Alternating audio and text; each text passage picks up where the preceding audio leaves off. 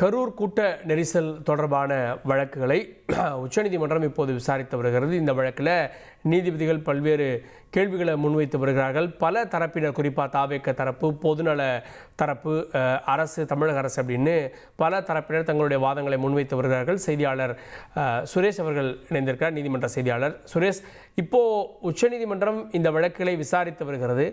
உயர்நீதிமன்றத்தில் என்ன மாதிரியான உத்தரவுகள், குறிப்பாக சென்னை உயர் நீதிமன்றத்துடைய கமெண்ட்டை மையப்படுத்தி இந்த வாதங்களை தாவேக முன்வைத்து வருகிறது? என்ன கமெண்ட்டை கொடுத்தாங்க? இப்போ இந்த வழக்கை எப்படி பார்க்குறீங்க? வணக்கம். கரூர் கூட்ட நெரிசல் சம்பவம் தொடர்பாக அந்த சம்பவத்தை சுட்டிக்காட்டி இது போன்ற ரோட் ஷோக்களுக்கு விதிமுறைகள் வகுக்கணும், வழிகாட்டு விதிமுறைகள் வகுக்கணும்னு தினேஷ் என்பவர் உயர்நீதிமன்றத்துல வழக்கு தாக்கல் செய்திருந்தார். இந்த வழக்கை விடுமுறை காலத்துல அதாவது தசரா விடுமுறை காலத்துல நீதிபதி செந்தில்குமார் விசாரித்தார்.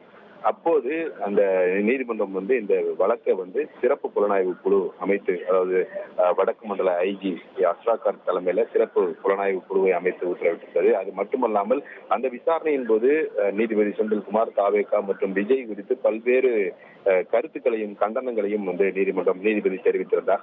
இந்த சூழல்ல இந்த கூட்ட நெரிசல் சம்பவம் தொடர்பான அந்த வழக்கை சிறப்பு புலனாய்வு குழுவுக்கு மாற்றியதை தொடர்பாக ஒரு வழக்கு உச்சநீதிமன்றத்தில் 5 வழக்குகள், அதாவது சிபிஐ விசாரணைக்கு மாற்றணும், அதே போல ஓய்வு பெற்ற நீதிபதி தலைமையில சிறப்பு புலனாய்வு குழு அமைக்க வேண்டும் என்பது 5 வழக்குகள் இன்றைக்கு உச்சநீதிமன்றத்தில் நீதிபதி மகேஸ்வரி தலைமையிலான அமர்வுல இன்றைக்கு விசாரணைக்கு வந்திருக்கிறது. இந்த விசாரணையின் போது தாவேகா தரப்புல முன்வைக்கப்பட்ட வாதங்கள் என்னவென்றால், இந்த மாதிரி ரோட் ஷோ தொடர்பான அந்த விதிமுறைகள் வகுக்க கோரிய அந்த வழக்கை விசாரித்த உயர்நீதிமன்றம் தாவேகா எதிர்மனுதாரராக இல்லாத போது தாவேகா தரப்பு கருத்துக்களை கேட்காமல் சிறப்பு புலனாய்வு குழு அமைத்து உத்தரவு பிறப்பித்திருக்கிறது. இது தவறு என்று வாதிடப்பட்டது. அது மட்டுமல்லாமல் கரூர் சம்பவத்தை பொறுத்த வரைக்கும் இந்த நெரிசல் விவகாரத்தை விசாரிக்கிறது மதுரை கிளை, மதுரை அமர்வு, உயர்நீதிமன்ற மதுரை அமர்வு தான் அதிகார வரம்புக்கு உட்பட்ட பகுதி தான் கரூர். அந்த கரூர்ல நடந்த சம்பவம் தொடர்பா மதுரை அமர்வுல தான் இந்த வழக்கு விசாரிக்க முடியும் என்றும் தாவேகா தரப்புல வாதிடப்பட்டது. அப்போது குறுக்கிட்ட நீதிபதிகள் இந்த கரூர் விவகாரத்தை ஏற்கனவே மதுரை கிளை, மதுரை அமர்வு விசாரித்த போது சென்னை உயர்நீதிமன்றம் எப்படி விசாரித்தது என்ற ஒரு கேள்வியை நீதிபதிகள் எழுப்பியிருக்கிறார்கள். தொடர்ந்து தாவேகா தரப்பு வாதங்களை கேட்காமல் கடுமையான கருத்துக்களை உயர்நீதிமன்றம் தெரிவித்திருக்கிறது என்றும் சுட்டிக்காட்டி தாவேகா தரப்புல வாதிடப்பட்டது. தாவேகா தரப்பு கருத்துக்களை முன்வைக்க வாய்ப்பளிக்காமல் 41 பேர் பலியான வழக்கை சிறப்பு புலனாய்வு குழுவுக்கு மாற்றியதும் இயற்கை நீதிக்கு முரணானது என்று தாவேகா தரப்புல வாதிடப்பட்டது.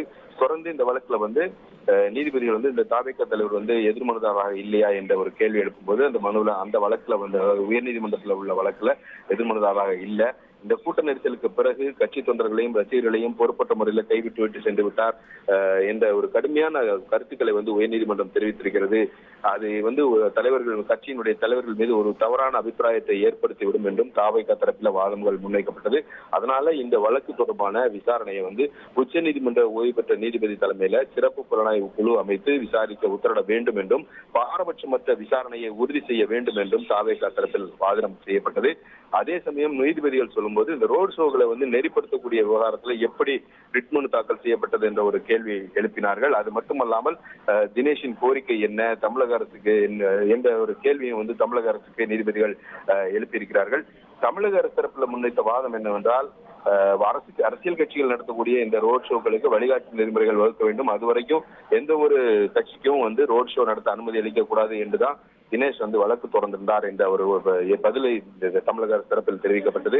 அரசியல் கட்சிகள் நடத்தக்கூடிய இந்த ரோட் ஷோக்கு வழிகாட்டு நெறிமுறைகள் வகுக்கக்கூடிய மனு இன்னும் நிலுவையில் தானே இருக்கு என்ற ஒரு கேள்வியை நீதிபதிகள் எழுப்பியிருக்கிறார்கள். இந்த வழக்குல தொடர்ந்து வாதங்கள் முன்வைக்கப்பட்டு வருகின்றன.